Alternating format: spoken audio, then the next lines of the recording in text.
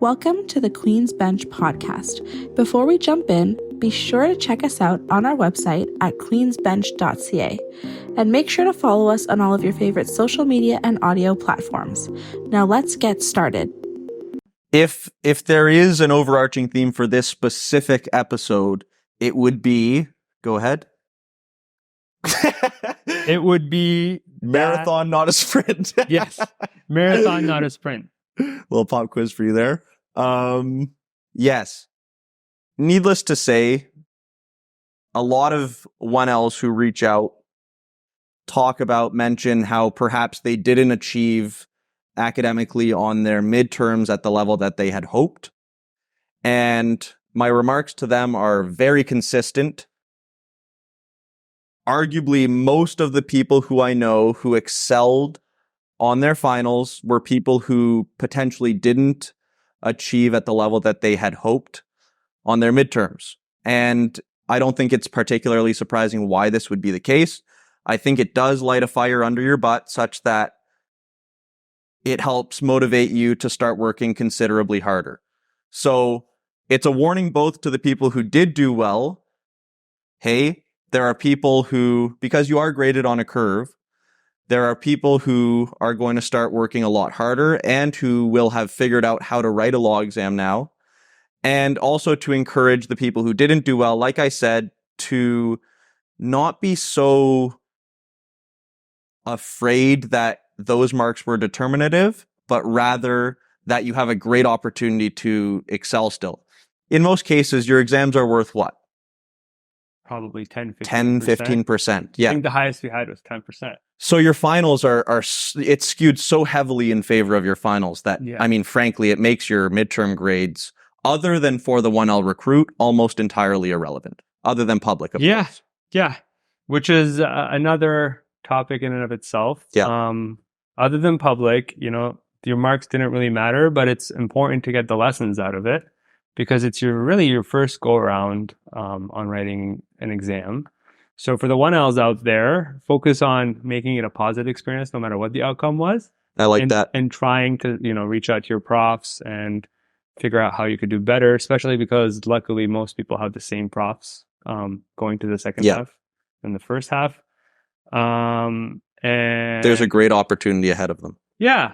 And building upon that, what we're realizing is now that, Alex has done the recruit and we both signed offers, is really a marathon, not a sprint, because we've still got half of the way left. Yeah. And it feels like we've already experienced so much of it that it's hard to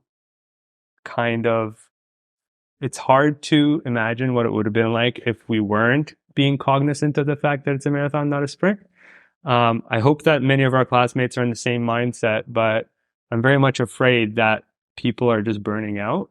Yeah. And I think it's wise to keep your eye out on the future and realize that, you might as well take advantage of the other half of law school, especially after recruits are done and whatever, which is like you have more of an opportunity to take courses that you actually are interested in, to learn, to use your time wisely, because the reality is once you're in the workforce, results are all that matter, and you won't have the time to dilly-dally and take things for interest as much. Yeah. Especially during articling. I heard it's brutal. Don't be afraid.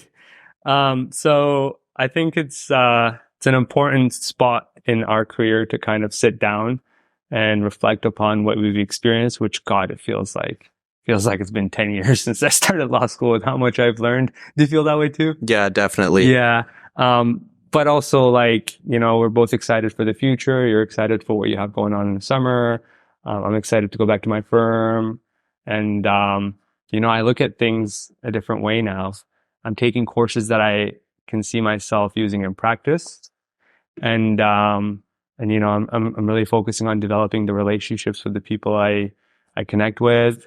And even, asking professors about how things look like in real world and how you would bring this kind of application or how you would argue this kind of point, which keeps me grounded, I think. Whereas in 1L, I just had no clue. I didn't know what I didn't know.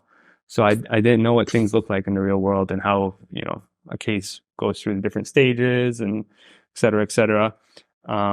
What other advice would you share in terms of making sure you don't burn out? So it's a bit of a double-edged sword because, like I said at the start, I do think that if there is a semester to work your butt off, it is this one. If you think about it, in some respects, this is the most important semester of your life. These marks. You're saying 1L second semester. 1L second semester. Okay. Because going into the 2L recruit, those are the marks that they're going based off of. And while it's not strictly related to your marks, those are going to be, as far as I'm concerned, the most influential factor in determining how many virtual or on-campus interviews that you get. Yeah. So there is that side of it. You want to be very, I would wrap that up with saying you want to be very consistent and intentional in your studying. Book a number of hours per day where you're going to dedicate that time to doing work. That said, I think it is incredibly important to work efficiently, that you have something else that you're looking forward to. Of course, unless you absolutely love every subject that you're studying. Yeah. So whether it's the gym or going to, like, for me, I like to play squash with my friends. Mm-hmm. Book in a little time every week where there's something you have to look forward to that keeps you going, that motivates you to want to work hard, and that helps you not burn out. I think it also will help you work a lot more efficiently. Again, work smarter and harder, but after first semester, you know very clearly what it is that works for you. Yeah. And don't second guess yourself. If you saw that something worked for you, irrespective of what others said, I would double down on it. The other thing is, for me, what a big stressor was hearing about, I think law students love to brag about how hard they work. Yeah. And no matter how hard you're working, it somehow always makes you feel like you're not doing enough. Yeah. If there's one takeaway, I would say don't rely too much on what other people are saying. You can control yourself. Take care of that and don't concern yourself too much with what other people are saying. Yeah. You know? I agree with that. Would you say right now, and be honest, do you feel yourself burning out halfway through? I think I have the privilege of, I found my routine. I feel fairly confident that I know what works for me now. Yeah. So for example, I'll just say what my actual schedule is. Every Tuesday, I play squash with my friends. Mm-hmm. Monday, my house and I will have like a little family dinner. These are just nice little treats in the week that give you something to look forward to. Yeah. They're not overdone. These are, in the longest example, 2-hour events at the end of the day. You have your whole day to do work. It's just a great opportunity to sort of get away from law. Also, this is very small and minor, but try not to talk about your law school experience. Sort of, this is a bit ironic, but try not to talk about your law school experience all the time. It's tough because it's all on your mind. It becomes overwhelming. Yeah. You have people in your class, in 1L especially, who are doing the 1L recruit. Most people don't. And it just becomes stressful. Yeah. You think about what you're not doing instead of what you are. So just try to take a little bit of a breather, I think would be my biggest advice. But definitely, again, double down this semester and work hard, because these marks could change your life. Okay. And seeing as you're somewhat of a networking expert, I wouldn't say that, but I would say that. I do love meeting people. I will say that. Do. And you're a great people person and you present very well, which are all qualities I admire about you. But seeing as now you've done the recruit, you're halfway through, you're looking more into practice now and what your life's going to be like over the summers and when you do your articles. Would you share some of your secrets with us about how to look forward to practice and meet people in the profession and make those really important early connections that will pay off later down the line? For the 1Ls doing the 1L recruit right now, or planning on doing the 2L recruit, I will say I think the networking side of things is really important, just because it gives you an opportunity to express your interest in a given firm in advance and to get to know where you might actually want to be. also thank you for your remarks. That was very kind. I think the thing that people get wrong with networking sometimes, and to be very clear, I am by no means an expert, but I think sometimes people go into it thinking, A, it's superficial, or B, I need to get something out of this person. What can I get out of this person? That's why I should meet them. Yeah. If you flip the script a little bit and go into it thinking genuinely that you're interested in getting to know this person who's in a position that presumably you might one day want to be in as well, or alternatively thinking about what you might be able to give them instead of get from them, I think your conversations with them will be a lot more sincere because it'll just make you more interested in what they're saying. Now, there are personality differences. Some people are a lot more introverted and don't really want to engage with others. And again, I just would strongly encourage you to reach out to people. It's like me with public speaking. I would say originally I wasn't the most comfortable with it. With exposure, I've actually come to love doing it. So I think the more you do it, reaching out to people, speaking with them, the more you'll actually come to like it and see how much valuable insight they have to offer and how interesting it can be to talk with people. Yeah. I think that's actually a big reason why both of us like to do this podcast. We've already met really interesting people who we've both interviewed and we've spoken to about interviewing. Yeah. And I think it's just intriguing to see in a natural conversation, in a genuine way, where people are similar to you, different, how they came to like what they're doing and do what they're doing. Yeah. Try not to be too superficial about it and try to engage with it in a genuine way, and don't be overly obsessed with what you can get out of someone. I think things will come about a lot more naturally if you don't do that. Yeah, I agree. I mean, I found the same at work too. Like ultimately, most lawyers and people in the legal profession, they deal with BS all the time and they've seen it all. So if you're genuinely interested in somebody's life and you make a good faith effort to get to know them, that'll pay off more than faking it. And you might not get along with everyone, and that's totally okay. Yeah, and that's just part of life. The different firms have a different vibe, and you might get along with one lawyer really well at one firm, and you might not like a different lawyer at another as well. Yeah. And it's just related usually to personality differences, or maybe you're not interested in that field of work, but at least that way you could help. That way it at least informs the way you go about your course planning, for example. Yeah. So speak with as many people as early as you can about as many different topics as you can, and I think you'll do yourself a huge favor at the end. Yeah. Another thing I found really helpful in terms of careers is comparing notes with classmates. Yeah. Like the few people that did work at a law firm or had any exposure to anything legal over the summer, I really benefited from hearing what their experiences were like, because it allows me to situate myself, right? Like, do I have it good or do I not have it good? Am I happy or am I not happy? Well, it depends on what's out there, right? Because you have to be realistic about your options. It's still work. It's still a job. You still got to clock in every morning. Like, there's that too.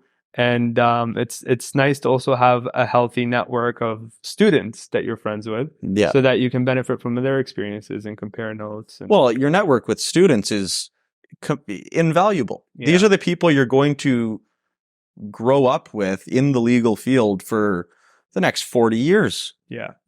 There are going to be some people in that group who will no doubt be able to do you any number of favors and who you'll be working alongside. Yeah. So I think, again, it speaks back to what we spoke about in our first ever episode, but keeping a good reputation is very important. And I think, again, being as genuine as you possibly can in your interactions with people will go a long way.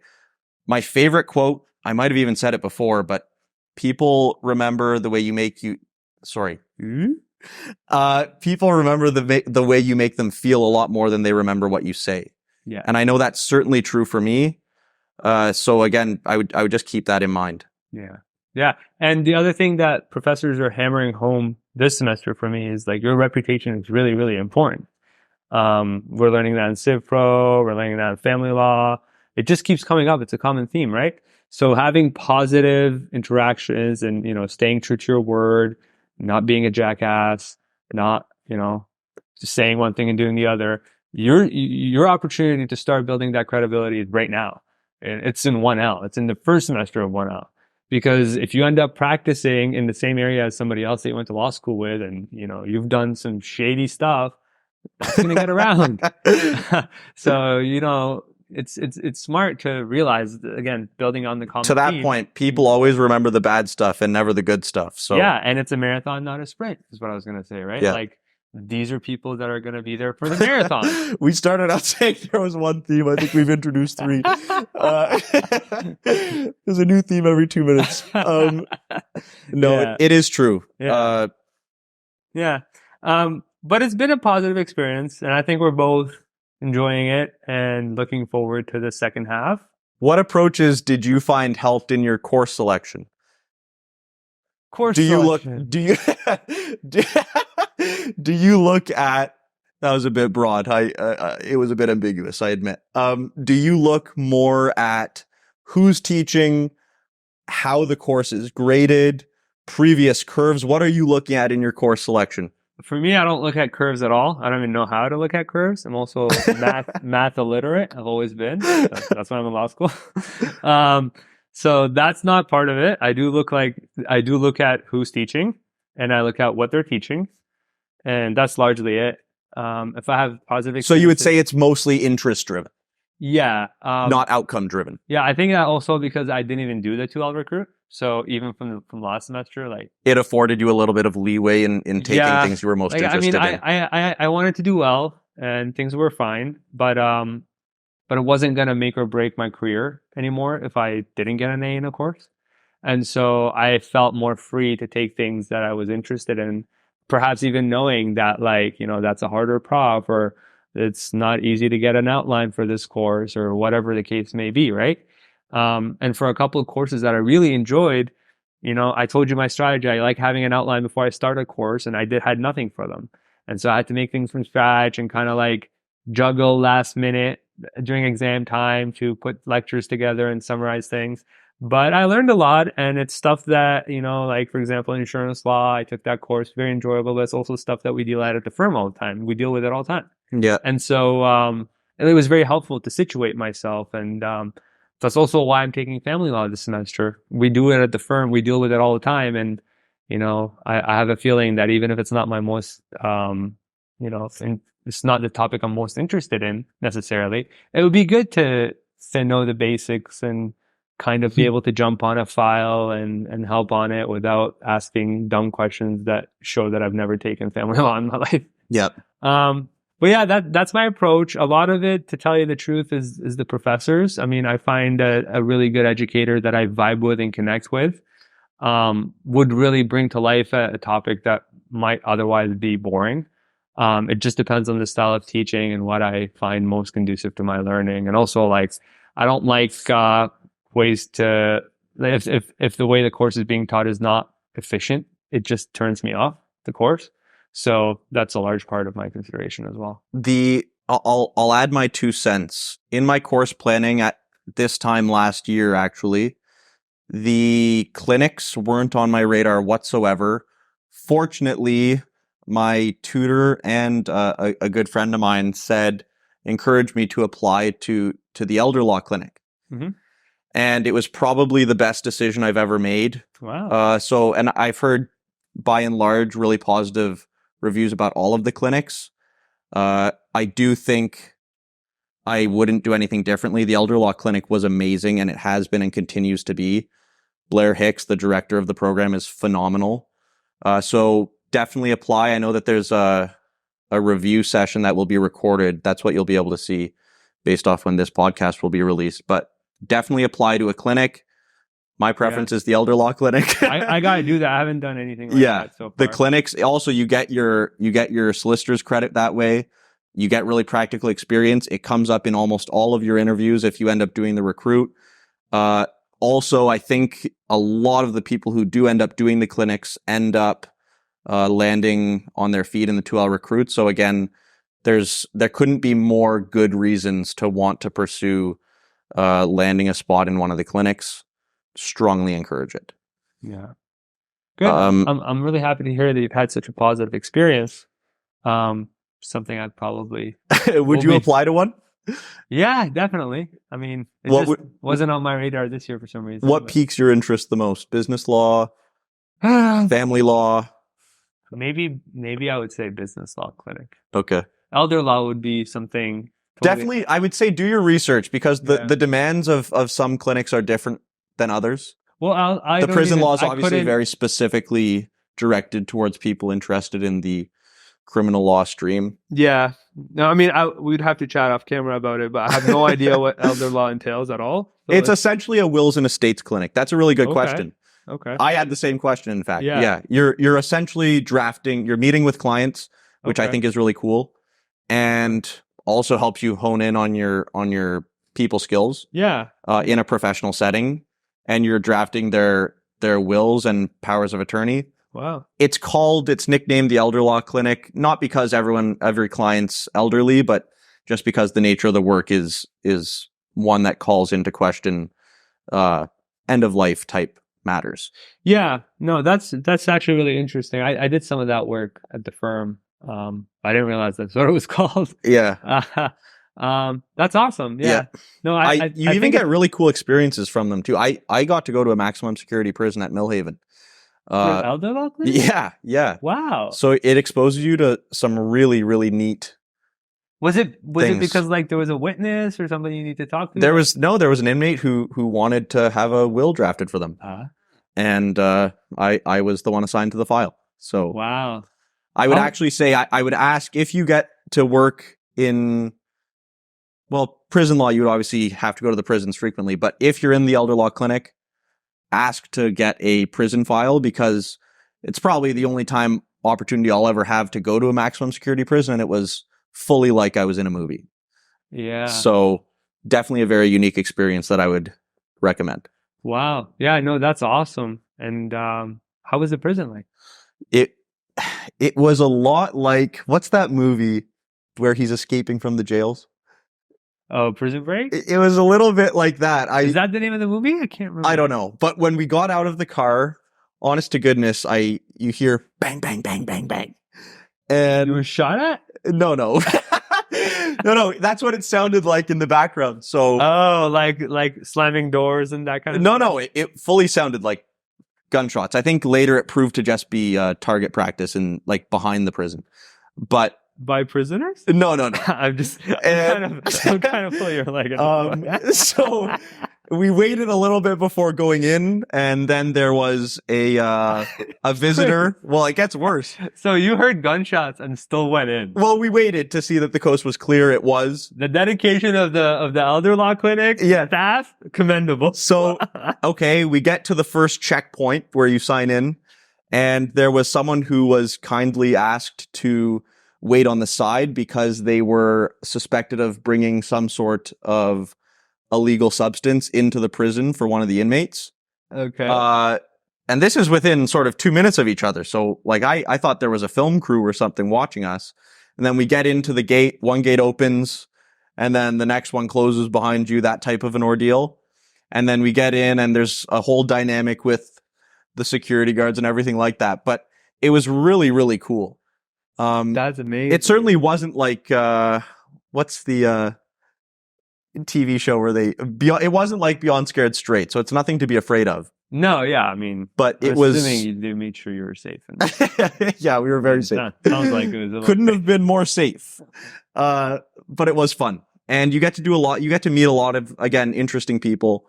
Drafting wills, you hear, people's entire life stories, which for me is, the coolest thing. Yeah. So if you like interacting with people, prison, elder law is the place for you. I remember doing a will and litigating wills too. Well, not myself, like I was just helping. I went to court. Your Honor. But I remember doing one, and like the actual signing of it took like 20 minutes. Yeah. But, like the weight of it is gargantuan. It's huge. Like it's binding as hell, right? And I just remember thinking like, wow, 20 minutes and the fate is sealed. Like, I'm sure like the person was super, the capacity was not an issue at all. They were happy to do it, blah, blah, blah. Like it was super legit. But But I just remember thinking like, wow, this is like, I'm witnessing a really important event here. I'm sure if you're a lawyer and you are the witness for a will 6 or 7 times a day, it kind of loses its value to you in that way. But to me, it was like, I better make sure I remember, what's said. It's like, I'll tell you what that story reminds me of. The first time, because I used to sell jacuzzi hot tubs. Uh-huh. And the first time I ever put a sale through, it was for about a $14,000 hot tub. Mm-hmm. And I remember as I went out to the cash register, it was only a deposit, obviously, but I remember thinking, good grief, I don't want to mess this transaction up because these are serious dollars here, So It does, when you start working in the professional world, it does put things into a different perspective. Yeah, like if I mess it's up not here, a game anymore, Yeah, there's real stakes, real people's lives that you're affecting, which also makes the work that you're doing, especially in law, a lot more meaningful. Yeah. It's exciting to be able to impact people's lives in a significant way. Yeah, I felt honored that I was able to, share that experience with them and do that service. There's one of my good friends in the elder law clinic. The will that he drafted for someone was so meaningful to him that for the subsequent 2 weeks, the following 2 weeks, he had all sorts of goodies, sandwiches, different packaged goods delivered to him there at the clinic because this individual was so grateful. So you are really affecting people's lives in a big, big way. And you get this opportunity as a student in your second year. It's unbelievable. Yeah. So no, I'm glad you had a really good experience. Now, honestly, you're attracting me to any clinic. It's just something that it was awesome. I don't know why awesome. it wasn't on my mind when I picked courses, and I just wanted to get as many credits done. I was thinking very linearly, like as if it's an undergrad. I didn't. Well, that's the thing. You get per semester 4 credits. You get 8 credits total, so you're not really compromising in terms of credits. I didn't realize that. I didn't really do that much reading. I was traveling when course selection came up. And so I was... you bring up a really good point. You need to be on the ball earlier. The applications are now, pretty much. By the time this comes out, you'll... Yeah, no, and that's the other thing. I hadn't even began to consider it. And I guess people were talking about it, but I was really busy like actually studying for 1L. And so I just kind of tuned everything 2L related out because I didn't think it was the right time. Wrong. In hindsight, you should keep your eye on the future. But yeah, by that time, I think also in the summer when I was asking about clinics, everybody was like, are you crazy? It's been like 6 months since we got our applications for that.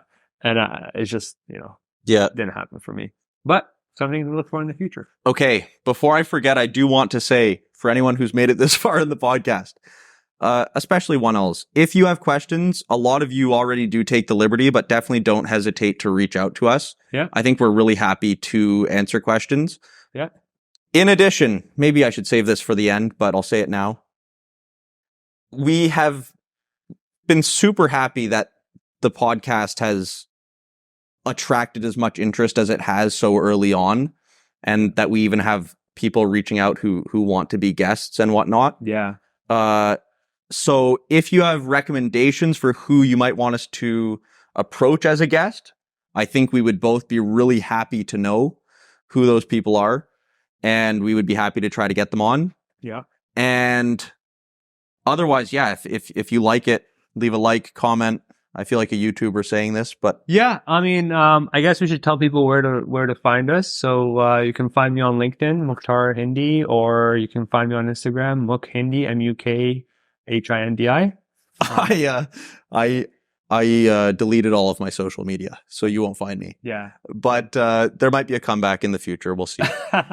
Stay tuned. Another great spot to reach us is just the Queensbench Podcast Instagram page, and then we'll put you in touch.